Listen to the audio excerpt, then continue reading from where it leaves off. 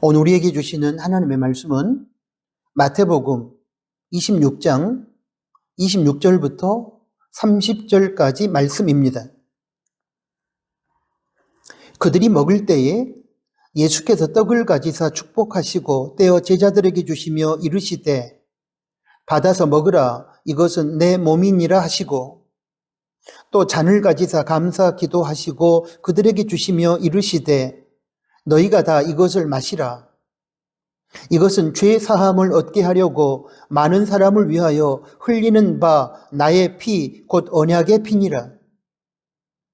그러나 너희에게 이르노니 내가 포도나무에서 난 것을 이제부터 내 아버지의 나라에서 새 것으로 너희와 함께 마시는 날까지 마시지 아니하리라 하시니라.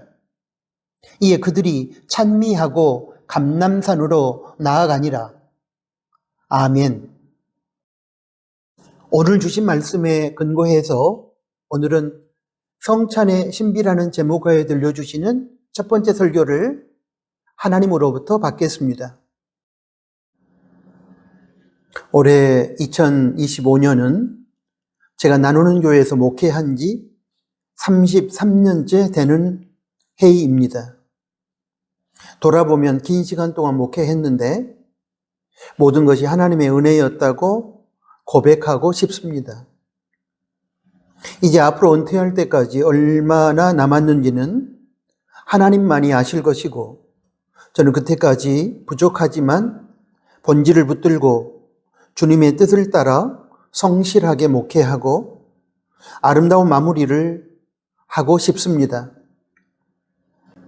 이번 봄의 시작인 3월 첫 주일에 실시하는 성찬식을 준비하면서 저는 지나온 33년의 나누는 교회 목회 기간 동안 목회자로서 제가 빠지지 않기 위해 가장 조심하고 경계했던 유혹은 무엇이었는지에 대해 생각해 보았습니다.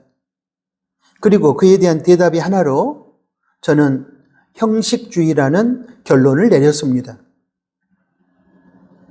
형식주의는 영적 지도자들이나 교회 중직자에게 자주 찾아오는 유혹입니다. 형식주의는 동일한 행위를 오랜 기간 동안 규칙적으로 반복해온 사람들이 그 반복성으로 인해 매너리즘에 빠질 확률이 높기 때문에 찾아오는 것입니다.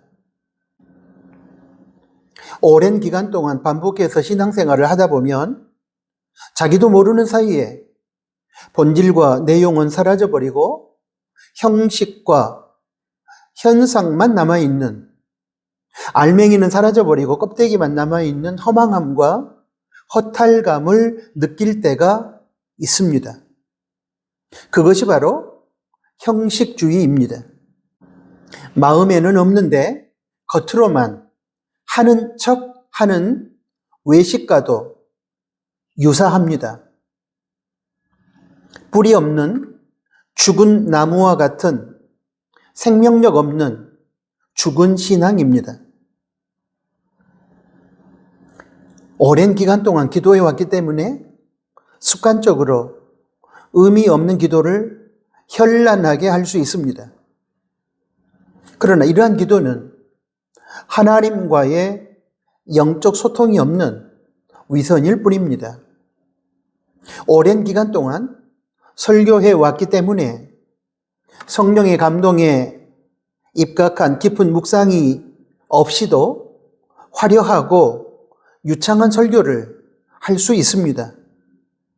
그러나 이러한 설교는 사람의 귀에는 달고 재미있게 들려질지 모르겠지만 하나님과 상관없는 생명력을 상실한 연설이나 정보만을 제공해주는 강의에 불과할 것입니다.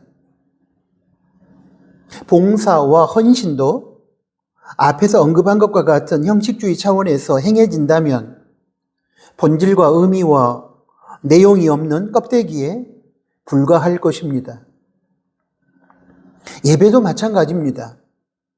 하나님과의 영적 만남이 없이 그저 교회당에 와서 시간만 때우고 간다면 그 역시 하나님께서 받지 않으시는 형식적인 예배에 불과할 것입니다.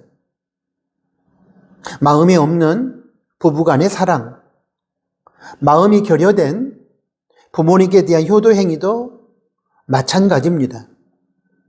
모두 다 생명력 없는 죽은 행위요, 위선일 뿐입니다.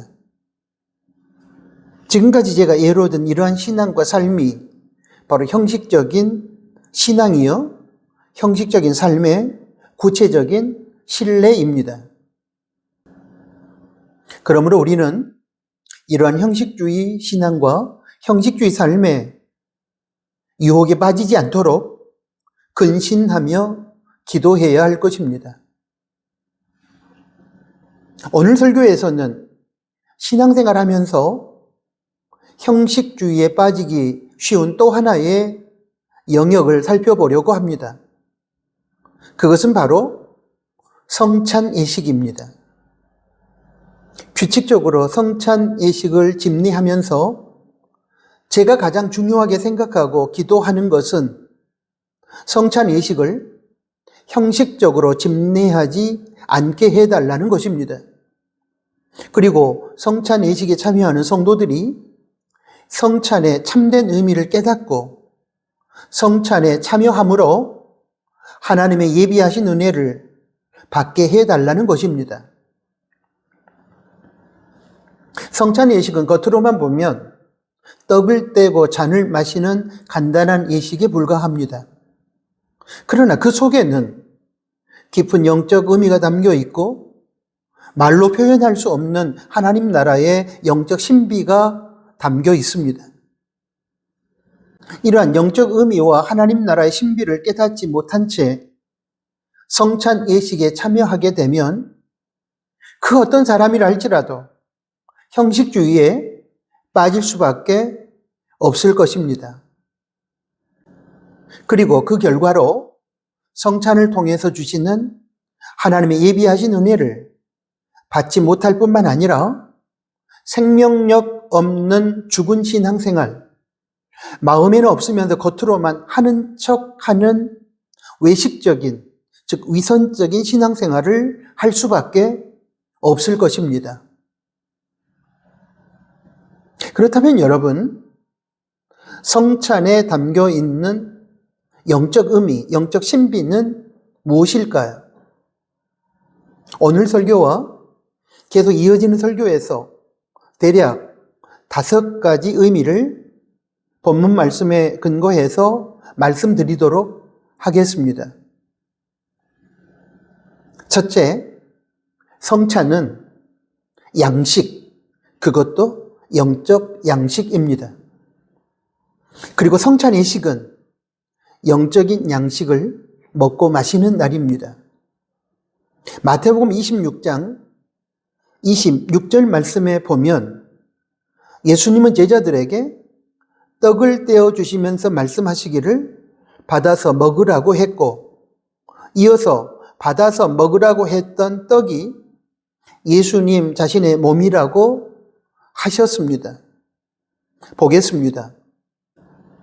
그들이 먹을 때에 예수께서 떡을 가지사 축복하시고 떼어 제자들에게 주시며 이르시되 받아서 먹으라, 이것은 내 몸이니라 하시고, 그렇다면 예수님께서 자신의 몸이 그 떡이라고 말씀하신 의미는 무엇일까요?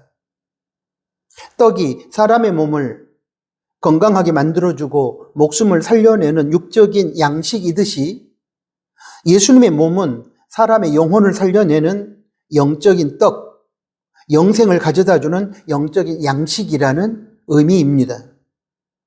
육신의 생명을 위해 떡을 먹듯이 영생, 영원한 생명을 위해 영적인 떡인 예수님을 먹어야 한다는 뜻입니다.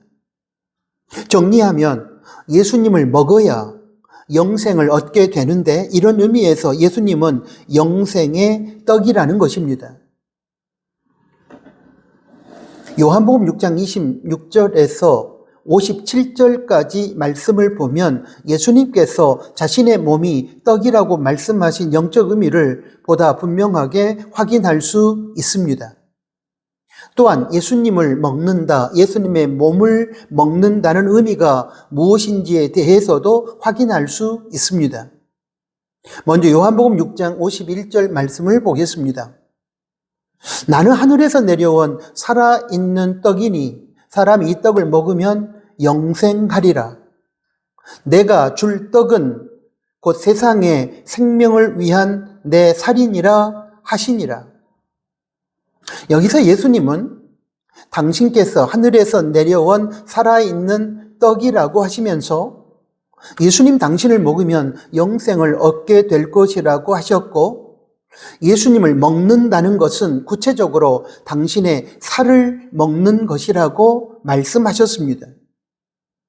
그리고 이어지는 53절 말씀에서는 인자이신 예수님의 살을 먹지 아니하고 인자이신 예수님의 피를 마시지 아니하면 너희 속에 생명, 즉 영생이 없다고 말씀하셨습니다.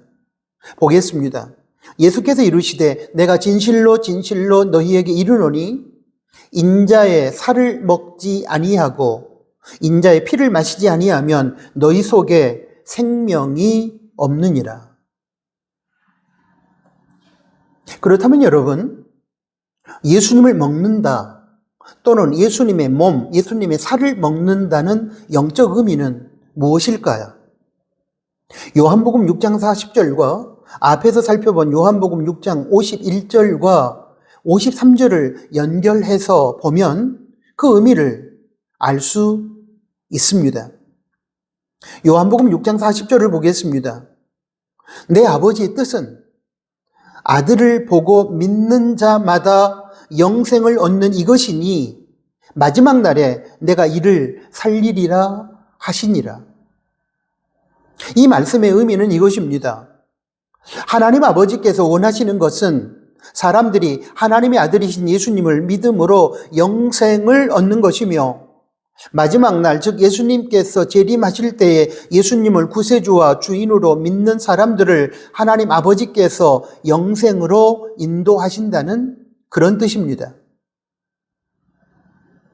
요한복음 6장 51절과 53절에서는 예수님 또는 예수님의 몸, 예수님의 살을 먹는 자가 영생을 얻는다고 했고, 요한복음 6장 40절에서는 예수님을 구세주와 주인으로 믿는 자가 영생을 얻는다고 했으니 결국 예수님을 먹는다, 예수님의 몸 또는 예수님의 살을 먹는다는 의미는 영적인 차원에서 보면 예수님을 자신의 구세주와 인생의 주인으로 믿는 것을 뜻합니다.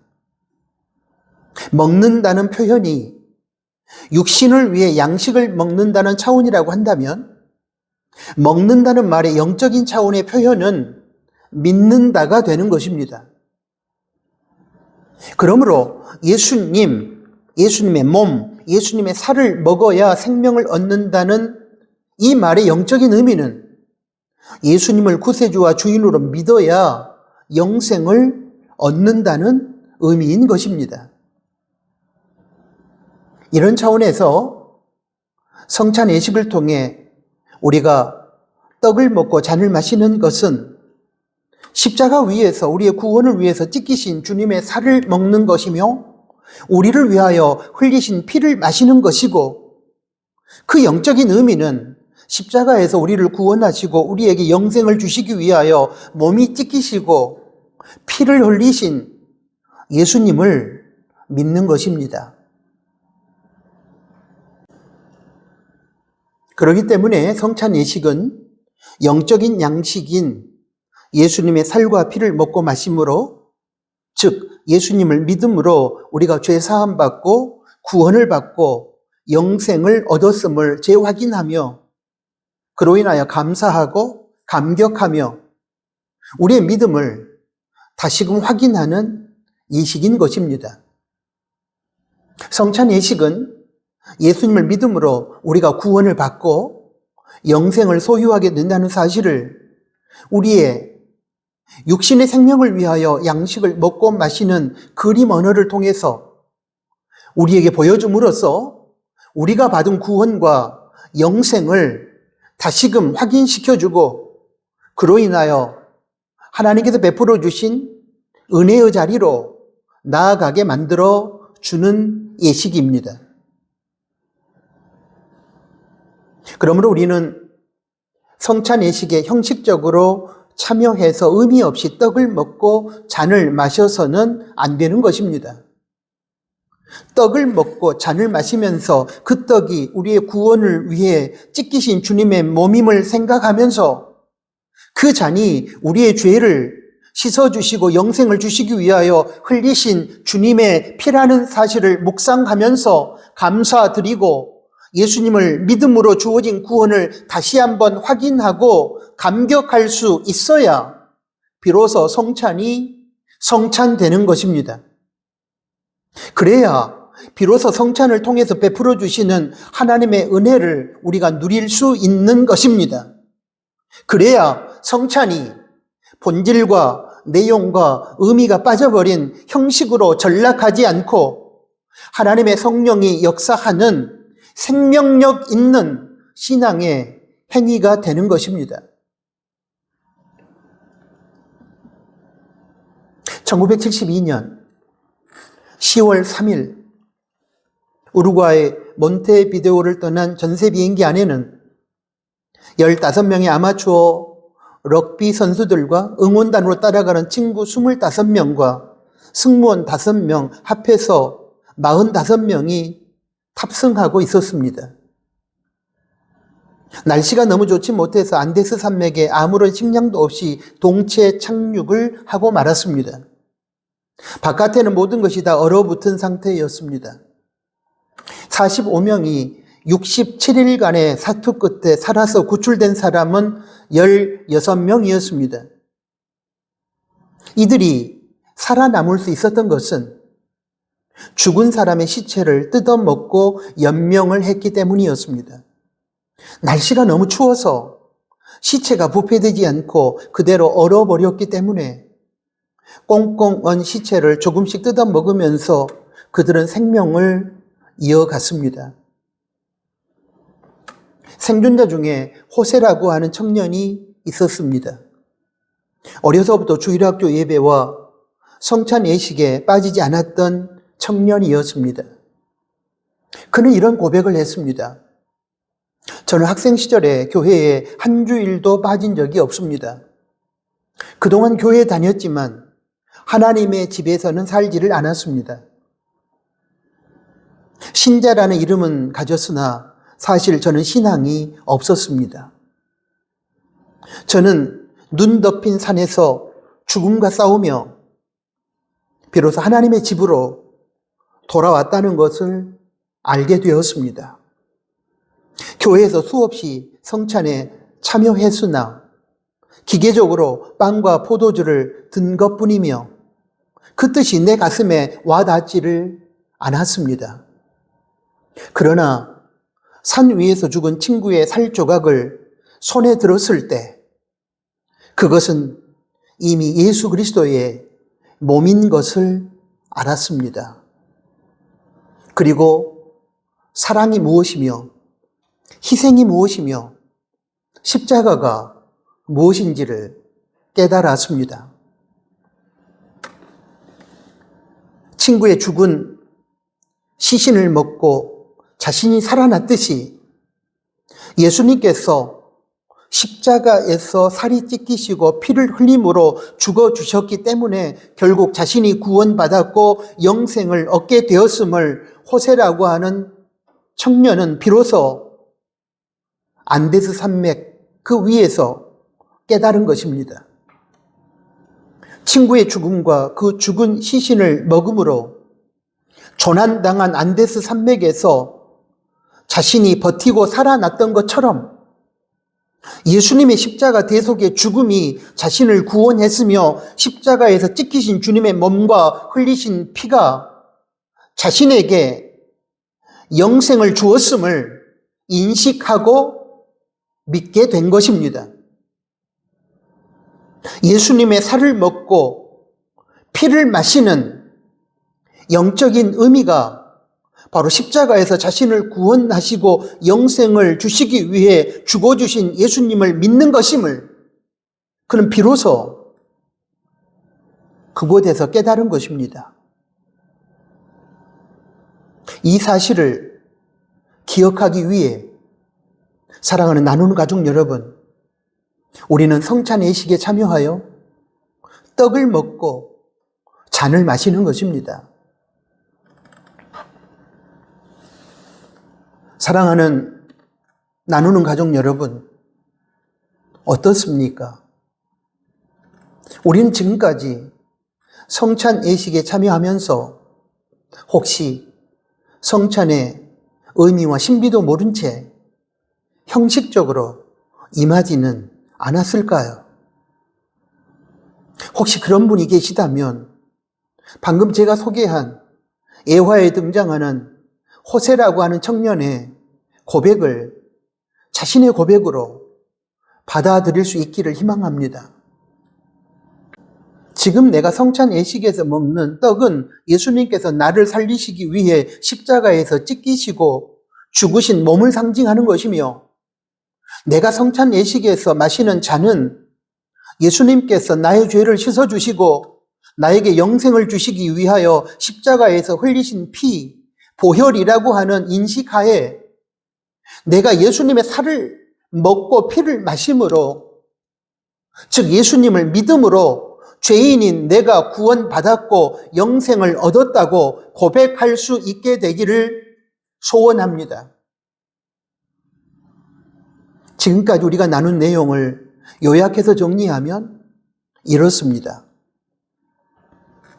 성찬 예식에서 우리가 떡을 먹고 잔을 마시는 것은 예수님의 몸, 예수님의 살을 먹고 예수님의 피를 마신다는 뜻이며, 예수님의 몸, 예수님의 살을 먹고 예수님의 피를 마심으로 생명을 얻고 영생을 얻는다는 것은 예수님의 죽음으로 인해 나의 죄를 용서받고 구원받고 영생을 받게 된다는 것을 뜻합니다. 이렇게 예수님의 몸을 먹고 피를 마시는 그림 언어의 영적인 의미는 십자가에서 나의 죄를 속량하고 나 같은 죄인을 구원하고 영생을 주시기 위하여 죽으신 예수님을 믿는 것입니다. 성찬 예식은 나를 살리기 위해 예수님께서 십자가에서 희생하셨다는 사실을 기억하고 감사하고 감격하면서 우리의 구원을 재확인하고, 이제 우리도 예수님처럼 누군가를 살리기 위해 예수님의 십자가 복음을 증거하며 예수님처럼 희생의 삶을 살겠다고 결단하는 시간입니다. 이제 오늘 설교를 마친 후에 우리는 성찬 예식에 참여할 것입니다. 오늘의 성찬 예식이 본질과 내용과 의미가 상실된, 즉 껍데기만 남아있는 형식적이고 죽은 예식이 되지 않기를 간절히 원합니다. 대신에 예수님의 살을 먹고 피를 마심으로, 즉 십자가에서 우리를 위하여 희생하신 예수님을 믿음으로 우리가 구원받았고 영생을 얻었음을 확인함으로 잃어버렸던 감사와 감격을 회복하고 하나님의 은혜를 경험하는 신비롭고 의미 있고 생명력이 충만한 시간이 될 수 있기를 축복합니다. 아멘. 하나님 아버지, 감사합니다. 2025년 새 봄의 시작인 3월 첫 주일에 저희가 성찬식을 앞에 두고 성찬의 신비에 대한 귀한 말씀을 들려주셔서 감사합니다. 그동안 우리가 성찬 예식에 참여하면서 그 본질과 의미와 내용은 잃어버린 채 형식적으로 성찬에 참여하진 않았는지 돌아보게 해주셔서 감사합니다. 형식적인 성찬 예식은 이제는 내려놓게 하시고 정말로 하나님의 성찬 예식을 우리에게 베풀어 주시는 그 의미가 무엇인지를 분명하게 깨닫고 믿음으로 참여하는 저희들이 되게 하여 주십시오. 성찬에서 예수님의 살을 먹고 예수님의 피를 마심으로 우리가 구원을 받고 영생을 얻는다는 사실을 다시 한번 확인시켜 주셔서 감사합니다.